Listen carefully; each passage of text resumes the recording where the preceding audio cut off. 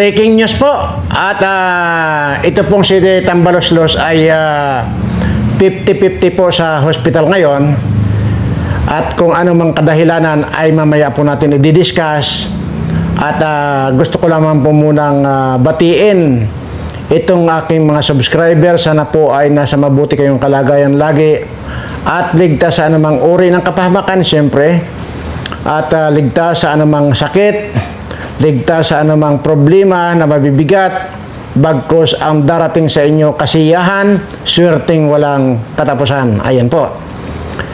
So, yun po. At ayon po, napagalaman po natin na ito raw po si Tambaloslos ay habang nagkakapi daw po doon sa kanilang garden, ayon, natuklaw ng ahas.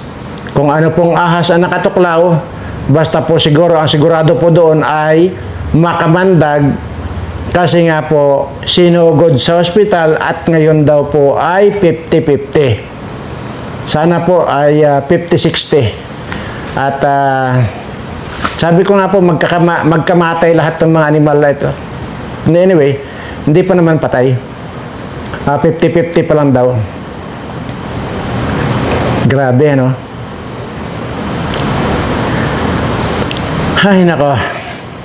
Sana, Lord, ay magpadala ka na ng mga cobra dyan, lalo na dyan sa Senado, at saka dyan sa Kongreso. Magpadala ka na, Lord, ng mga cobra dyan. Tuklawin mo na lang, tuklawin lahat yung mga kawatan dyan.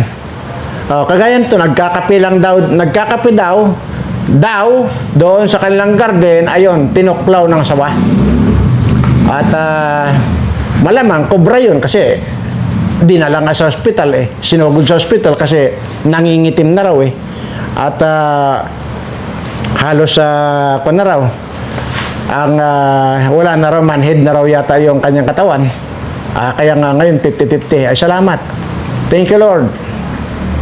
Kung ganon, sana masundan ng pagkamatay itong pagka namatay ito, sana sunod-sunod na ang pagkamatay nitong mga animal na mga politikong ito. Ayan, kitang-kita na natin kahit saan ka bumaling, nandyan yung mga nalandslide natin mga kababayan, wash out yung kanilang bahay, maging mga gamit nila walang itinira ng bagyo, naanod lahat. Pero na isa sa mga politikong mga yawa na to, wala man lang lumalapit. See? Yun po yan. Kaya po yung sinasabi ko sa inyo na kapag malapit na ang butuhan at nangangampanya sa inyo yung mga animal na mga kandidatong ito, tiradorin nyo na. Wala na po kayong kwan. Hindi na po kailangan natin makipag-participate pa sa kahit na anong halalan o kahit na anong eleksyon. Una, eleksyon lang nila yan. At ito naman ay hindi kagustuhan ng mga mamamayang Pilipino, yung mga nandyan ngayon na mga nanalo ko, no? Kundi lahat yan ay kagustuhan ni George Garcia dahil sa bilyones ang tinanggap ng mga sohol nitong animal na pandak na ito. See? Makikita ninyo dyan yung mga grabe, yung mga na-wash out ng mga bahay ni ultimong mga inoobserbahan ko ni ultimong isang senador or isang kongresista, walang dumalaw, walang pumunta na mag-abot man na ng personal na tulong dyan sa mga nasalanta na yan. Ay samantalang kung tutuusin, ang daming kinulimbat na pira nito sa kaban ng bayan na yun ay pira natin. Tingnan nyo ang mga kadimonyohan itong mga animal na mga politikong ito. Kaya may mapipili pa ba kayo? Ito po yung sinasabi ko noon pa. Nung bago pala mag-eleksyon, sabi ko, tiradorin nyo na, tiradorin nyo mga kandyan. Kasi di ba sinasabi ko naman sa inyo, kapag ka dito sa amin, tumapak itong mga animal na ito, sisiguraduhin ko babalik sa Maynila yan na wala ng ulo. O, pero wala pong nangampanya dito. Walang nangampanya dito ng mga, kasi national, senador lang naman ang po pwede, di ba? Senador lang po pwede. Yung mangampanya sila sa ibang lugar, hindi kagaya ng congressman, diyan lang sa kanilang distrito lang yan mga ngampanya. Hindi na makakarating yan sa mga, kung saan mga probinsya. Ay dito, wala pong nangampanya rito ng kumandidatong nasyonal, kagaya ng senador na yun. Wala po.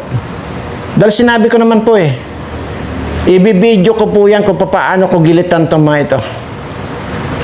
Itong mga, nandito naman po sa listahan ko itong mga dapat kong gilitan. Kaya sabi ko nga, nako, kaya kung dyan sa lugar ninyo, makakita na kayo dyan, huwag na kayong magpatumpik-tumpik, tiradorin nyo na. Ha? Gumawa kayo ng D4 na pako, pitpitin ninyo, tanggalin nyo yung ulo ng pako, pitpitin nyo, lagyan nyo ng sima, at tapos yung guma, lagyan nyo sa parang tirador, tapos yung pinakasabitan sabitan ng sima, nung pako na pinipit ninyo, yan ang pantirador ninyo. Ibabad nyo muna sa lason yung sima ng pantirador ninyo. Dito nakahanda na sana lahat pero wala Walang pumuntang kawatan dito sa amin. Sinabi ko naman yan hindi ko palulusutin ito ng pagkakataon ko, sabi ko. Ay wala. Kaya swerte pa rin nila. At titiyakin ko, either wala nang ulong babalik dyan sa Manila yan, or nakakahon na. Talagang ko bakit nga ba ganito ang galit ko doon sa mga putang ina mga politikong ito? Ha? Saan ba nanggagaling? Saan ba yung nanggagaling itong hugot kong ito? Dito po sa mga kababayan ko na mga regular kong iniikutan, diyan po nanggagaling itong galit ko. Tapos makikita ko sa mga television, yung mga sinalanta sa mga ibang lugar na nandyan na, basang-basa na lahat.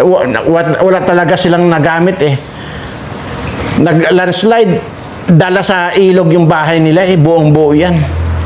Wala talaga na isalba. Pero nakikiramdam ako, nakikibalita ako, wala man lang pumupuntang mga politiko dyan sa mga nasalanta ng bagyo na yan. At ngayon nga, tuloy-tuloy pa. At wala pa rin tayong kasiguraduhan kung ilan pa yung bagyong darating sa atin. Pero wala. Wala kayong makita na mga anino na mga animal na mga politikong to. Ang alam ng mga hayop na ito, yung makialam sa Supreme Court, yung magmagaling-galingan, yung magbida-bida na akala mo napakagaling, kagaya nitong si Soto na ito, si Lacson na ito, si Bam Aquino, at saka itong si Kiko na Matsing na ito, parehas lang ito na recto, mahilig sa panis, mahilig sa second hand, hindi ka alam second hand, third hand. Ganyan yan. Buha ka ng inan itong mahayop ito. Nagkukan lang talaga ako. Sabi ko, hindi ko talaga masisisi itong mga taong bayan kasi nga unang-una, ang daming controversial na balita dito kay George Garcia na itong Comelec chairman na ito. Kaya hindi ko po masisi itong mga taong bayan kung binuto ba nila yan. Pero I'm sure na hindi nila binuto yan. Alam ko yan hindi nila binuto yan. Pero bakit nanalo yung mga animal na yan? Dahil paulit-ulit ko sinasabi yan. Yung mga nilulumot na dyan sa Senado, kagaya ni Soto, yan Lacson. Yung Lacson na yan yung nagpauso ng concurrent resolution number 10 na kung saan ay hindi na kailangan ng resibo. Certification na lang, sinicertify na lang niya yung ginastos niya na ito, ginastos ko 100,000, 200,000, 500,000, 1 million. Tama na, certification lang. Kaya sinasabi ko rito, may matino ba rito? Wala pong matino. Lahat po ito mga magnanakaw. Kahit na hindi magnanakaw, ang isang politikong senador na ito, halimbawa, pag nandyan ka, matututo ka, tatanggap ka So, kaya lahat yan, considered as magnanakaw lahat yan. Wala kang may titira dyan. Bakit ka mo? Di ba sinasabi hindi raw kumukuha ng sweldo itong si Apan Pilalakson? Hindi raw niya kinukuha ang sweldo niyan. Ha? Ay putya naman, ay sino lang yung sweldo niya? 270,000 lang a month or 270 or 300 lang. Baliwala yan. Kahit nga hindi niya kunin yan. May allowance naman siyang 2 milyon buwan-buwan. So bakit kanya kailangan yung kan? Di pa papogi point yung sasabihin niya hindi siya kumukuha ng sweldo. Papogi point. Ay paano yung 100 million yearly? Yan ba ay kuan ba? Tama bang sabihin na yan ay mga pagnanakaw rin, form of pagnanakaw na rin? Tama. Pagnanakaw na rin yan.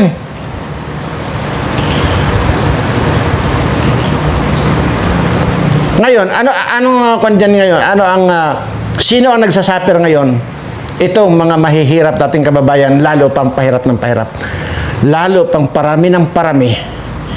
Yung mga walang masaing nating mga kababayan. Buisit kayo. Sa totoo lang, ginusto ba nitong mga kababayan ko ang maging mahirap? Hindi po.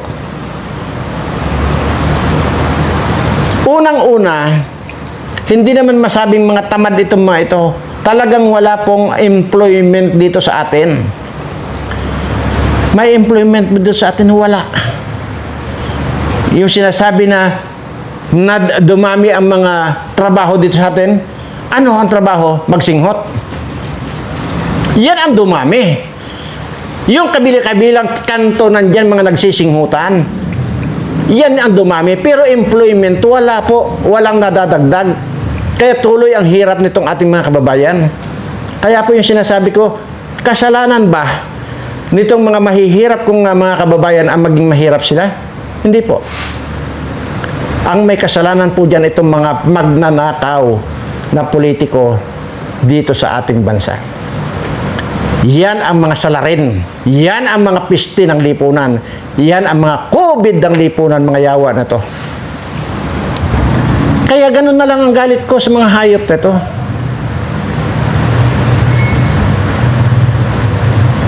Saan pupulutin itong ating mga kababayan kung ganito ng ganito? Hanggat nandiyan kayo mga hayop kayo, hanggat hindi kayo nadadaanan ng dilubyo ng mga animal kayo, wala nang pag-asa pa na umangat ang buhay nitong mga kababayan ko. Kasi nandyan na sa inyo. Sana nga lang matuluyan itong tambalos-los na ito na dapat sana buong pamilya na niyang kinagat ng kobra para matuluyan na mga hayop na to. Sana magkasunod-sunod na kayo. Sana pag namatay ito, magkasunod-sunod na kayo mamatay lahat. Wala naman kayong pakinabang sa mundong ito, sa bayan natin, kundi ang puro pahirap ang dinudulot ninyo dito sa mga kababayan ko. Wala na kayong ginawang matino para din sa mga kababayan ko. Puro pahirap ang binibigay nyo. Pero pag nagkampanyahan, ang galing-galing yung mangako ng mga animal kayo. Tingnan nyo. Si Dilima. Nag-ipon ng pera. Pati yung mga illegal, pinasok na niya. Mga drugs na yan, pinasok na niya. Ayun, kumandidato, nanalo.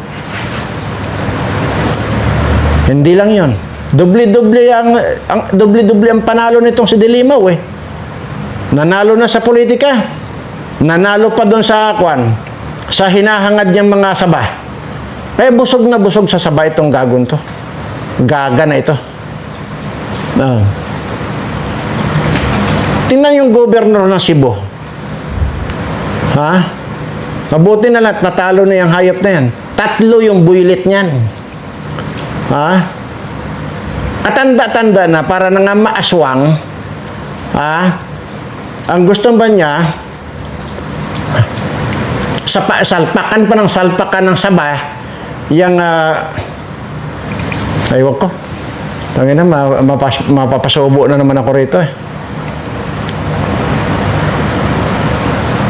Gumagastos ng pira ng kabanang bayan para lang may pang suporta siya dito sa mga lalaki nito, mga animal na mga malilibog ng mga matatandang ito, ng mga mukhang aswang na, mga mukhang garapata pa. Tingnan mo si Dilimaw na yan. Anong mukha niyan? Hindi ba't mukhang garapata yan? Oh, yung dating gobernador dyan sa Cebu. Anong mukha niyan? Hindi ba't mukhang aswang yan? Ha? Tingnan niyo yung anak niyan. Yung nandiyan sa, ano yan, sa Department of Foreign Affairs. Putya, puntahan niyo sa bahay niya Cebu. Ha? Nandun sa exclusive subdivision na pinakamahal na subdivision. Mansion ng bahay.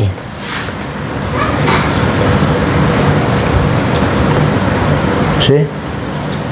Pero, yung mga kababayan dyan sa Cebu, ang napakaraming naghihirap ng mga kababayan niya sa Cebu. Ganito kaganid itong mga animal na ito.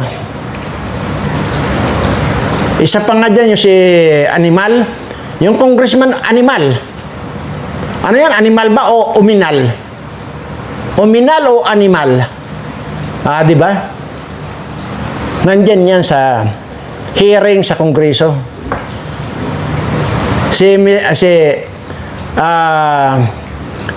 Bagong elect Senador Marcolita nagbunyag dyan na 150 million ang instant kinulimbat ng congressman Animal na yan.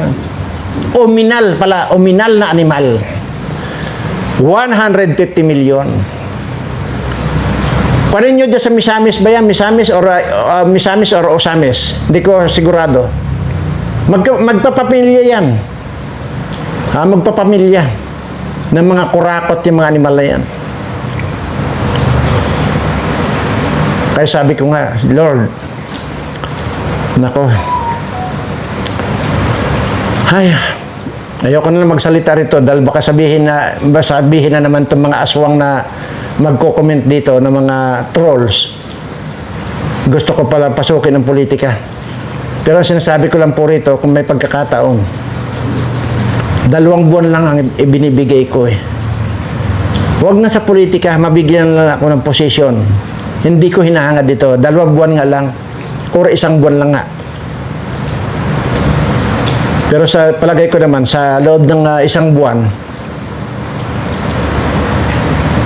matutudas ko na itong mga animal na mga politikong ito. Yung pang 2 buwan, baka lahat yan limas na ni ultimong anino nitong mga animal na ito.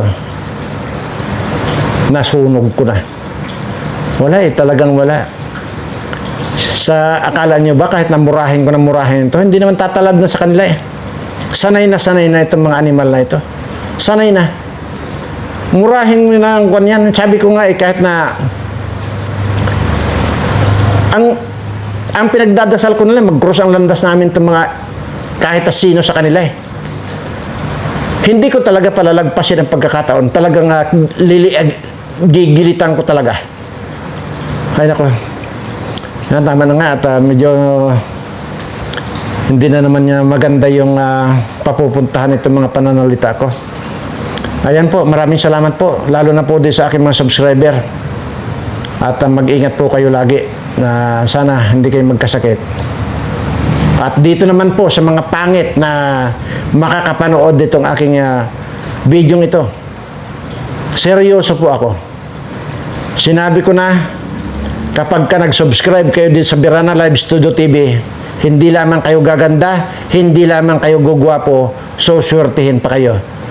So ano pang inaantay nyo? Pindot na. Hindi ako nagbibiro. Once na pinindot nyo subscribe, pinindot nyo yung notification bell, pinindot nyo yung all, Ha? Kung ikaw ay may mukhang kabayo ngayon, oras lang, itulog mo lang pagkatapos mo pumindot ng subscribe. Paggising mo, maganda ka na.